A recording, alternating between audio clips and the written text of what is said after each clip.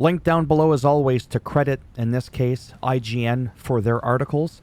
I just try to quickly skim through them, summarize what's going on, and then try to give my own take on it so I'm not like just plagiarizing.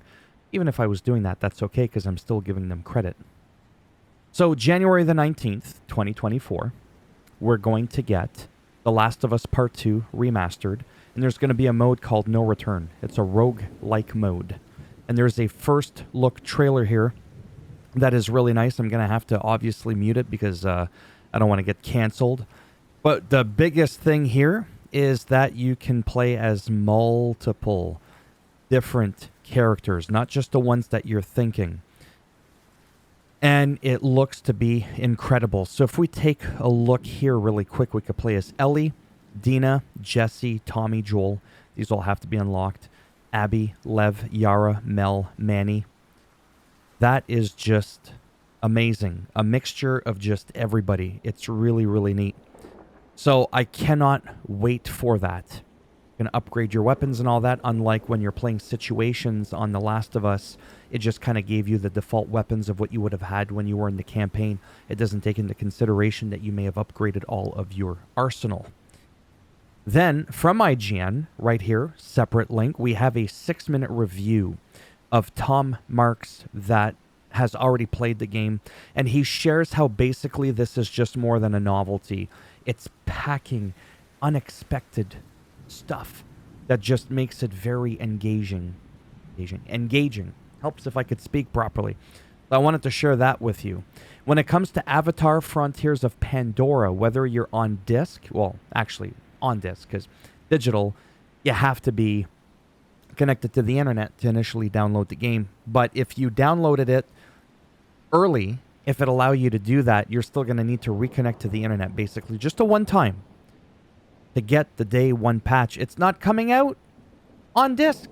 So if you buy the disc, you go home, you plop it in. This is the argument that I made before, why discs are no good. Okay?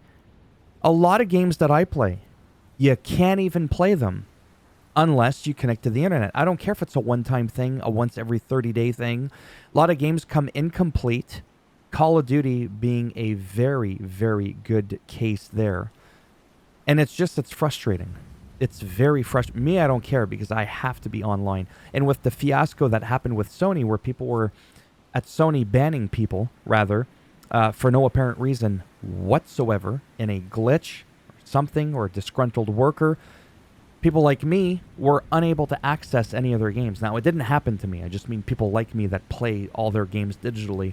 They have thousands upon thousands of dollars worth of games. They couldn't access any of it. Never mind just the online, just as a whole. That's where if you had a disc, you reconnected to the internet, made a new account, you would have still at least been able to play all your games. So there's still some good stuff about having the physical disc, but you still need the internet to complete the package. Me, I'm like all or nothing. So I'm just like, you know what? I got like over 800 games. I'm not collecting a stack of 800 DVDs. So what do? I go digital. So for me, it doesn't really matter because I'm probably going to buy this game. And it's going to just come all as one package. But if you're on disc, again, it's just to highlight how ridiculous it is. You like literally cannot play the game. But in closing, I said it again, you are going to be able to play Avatar Frontiers of Pandora offline without an internet connection after the initial day one patch. It's just something to note. Don't go to the cottage with a PlayStation or an Xbox and no internet. That's what basically I'm getting at. Your whole game is not there on the disc. It's ridiculous. In closing, this is gonna really divide the viewership here. You know, the 6 people that'll see this video. Baldur's Gate 3 mod that made the fan favorite lesbian romance heterosexual was removed after backlash. Site says that Sir Alan mod violated community guidelines by making Larian's popular RPG less diverse. Actually, there's a lot of irony in that statement because you're actually making it less diverse by removing it. It's our single-player game experience. This is not World of Warcraft with a hacker that goes in and makes everybody gay or straight. Okay? This is a single-player game, which is a huge RPG game. You can customize your character. You could be these different races. You could be different colors, different genders. You can look like a female but sound like a man, and vice versa. In the game, it allows you to do that. So in a game that is so pro-inclusive, exclusive, inclusive, these terminologies just didn't exist when I was growing up. Yeah, but to be inclusive, that's right. When you exclude, that's not good. So you're excluding the mod, you're actually making it less inclusive. Because if I want everybody to be black and gay or white and straight or whatever, or fat or skinny or whatnot, it is my own personal journey in the game. It's a mod. It's not changing the game for your playthrough. It's simply changing the game for my playthrough. What do you care if my whatever person here, NPC, what their orientation is? Why does that matter to you, what I'm doing to my own game? No one is going there going, F you, queer couple. Like, nobody's doing that. Well, there's probably some people that are doing that. I'm not like that. I'm just about options. I've said that a lot in a lot of games. Oh, you don't like scaling in RPGs. Great, have a toggle on and off. You don't like first person, you don't like third person. If you can, have a game that's got both, like Grand Theft Auto 5, just quickly off the top of my head, or Skyrim. You pick your poison and you go with it. No one's shitting on you for going in third person or first person. Okay? Well, there's always going to be a weirdo out there that probably would. So right here it says Nexus mod removed, a mod that aimed to make the game most popular queer romance heterosexual in the wake of backlash from fans. But why are the fans upset? I legitimately am not trolling. I do not understand. The mod, which turned Dame Aelin into Sir Aelin, used AI voices and other tricks to reimagine her as a man. The mod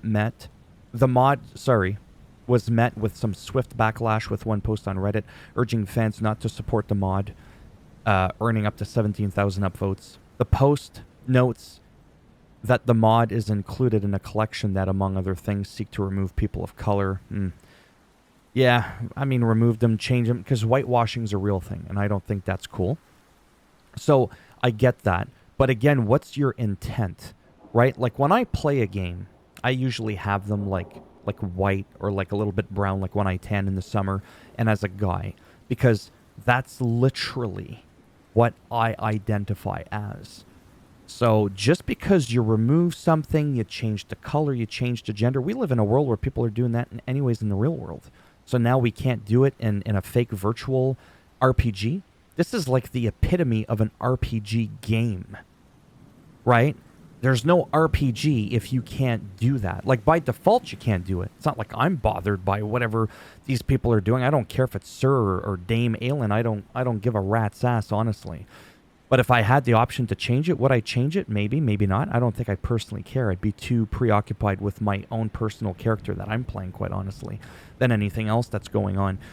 But again, options. The more options you have, the better, right? We already live in a world where there's a lot of characters in a series, whether it's a cartoon or a TV show or a movie, like the whole Little Mermaid thing. Some people got upset because now the mermaid's black, blah, blah, blah, blah. A lot of people will argue, you know what?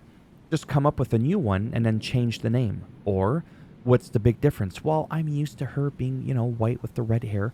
And again, you're allowed to do that because you make an association with a character and now they're completely different, right? It's not hate to just be like, oh, they're just changing everything. I had seen a cartoon where they made Superman gay, where they wanted to start adding a lot of that stuff that wasn't in there to begin with, because back in the day, that's the thing. They never wanted to include that sort of romance. So I get it. They're trying to be more inclusive. That's cool. That's great. I really do think it's awesome. But when you're already changing already existing stories, it's like, bitch, just make a new story. You know what I mean? Just come up with new characters, right? Or in this case, who cares what a person is doing? Like I said, this isn't like Elder Scrolls Online or Guild Wars or some other MMO where it's affecting everybody else. You don't know what I'm doing to my Baldur's Gate 3, right? You have no idea what I'm doing with it, which is actually nothing. But I'm just saying what I could have been doing with it. So this, to me, again, it literally makes me blink my eyes twice as much as I normally do. I just don't understand. why it was met with backlash, and how it actually made it less diverse by having it in there to begin with. Who cares? Or no, that's the wrong word. Not who cares. Because clearly 17,000 people cared. Why care? I don't give a shit what you do with your adventure. It's not like you're hacking my game and you're changing things around. So I'm 100% not trolling. I'm 100% completely stumped. I don't get how that's a community violation. I really, really don't. I don't get it. I just, like, I'm trying to think right now of one reason why it was good to remove it. I can't think of one. You should be able to add and remove whatever the hell you want. That's the end of it. And speaking of the whole gay thing, that brings me back to The Last of Us as well. The actress that played Ellie and the other one, the girl, Abby, was that her name? I can't remember now. They had gotten like real life threats. That shit's not cool. You know what I mean? Like it's just, it's one thing to maybe not agree or not understand, or you want to shape things to be more the way you feel about something. But when violence and actual vile rhetoric comes out, yeah, of course that's not cool. But people should be able to be like, you know what? I just want to have this person, this orientation, or not that orientation, without everything always to be about hate, right? We live in a world where you can't critique anything without that being considered hateful. That is absolutely absurd. That's all I got to say about that. So on a lighter note, I enjoy making these videos because I'm not reading patch notes. I'm not showing you how to play the game, whatever game it is. Trying to come up with a guide. I just ramble on about some stuff that comes up in the gaming world. Usually IGN, because I really like their format. And then, like I said, I try to just give my own dialogue behind each thing that I see and just say, oh yeah, that looks really cool, or we'll have to see how that plays out. But a lot of it is just to kind of bring to your attention that this is even a thing. There are still some people out there that message me and were like, yo, bro, I had no idea that The Last of Us 2 is getting remastered for the PS5. Like, it's actually getting a whole remastered version of the game, and they're adding stuff on top of it. Now it's like, now you know that there's a trailer for it. Now you know who you can play as, and now you know that there's a reviewer at IGN that's already played it, and he discusses it as to what exactly he enjoyed about it. So yeah, as always, if you liked the video, thumbs up. It does greatly help support the channel. You didn't like it, a thumbs down. We bend it in half, we twist it, we break it off in your ass. And if you want to subscribe to the channel, naturally that'd be great. But if not, thanks for stopping by anyways. Take care. And maybe, I'll see some of you in the next one. Now this is for my VIPs. Let's take a look at this.